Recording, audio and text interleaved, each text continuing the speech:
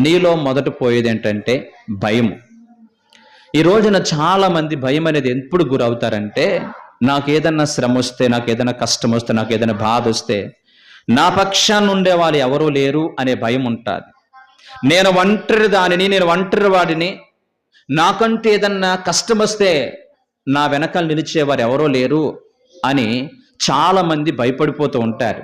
కానీ వాక్యం చెప్తుందంటే, యెహోవా నా పక్షమునున్నాడు గనుక నేను భయపడను. దేవుడు మన పక్షమునుంటే మనలో పోయేది మొదటి ఉన్నతమైన ఆశీర్వాదము, ప్రతి భయములో నుంచి దేవుడు విడిపిస్తాడు. ఈ రోజున మనిషికి భయమే భయంకరమైన శత్రువు.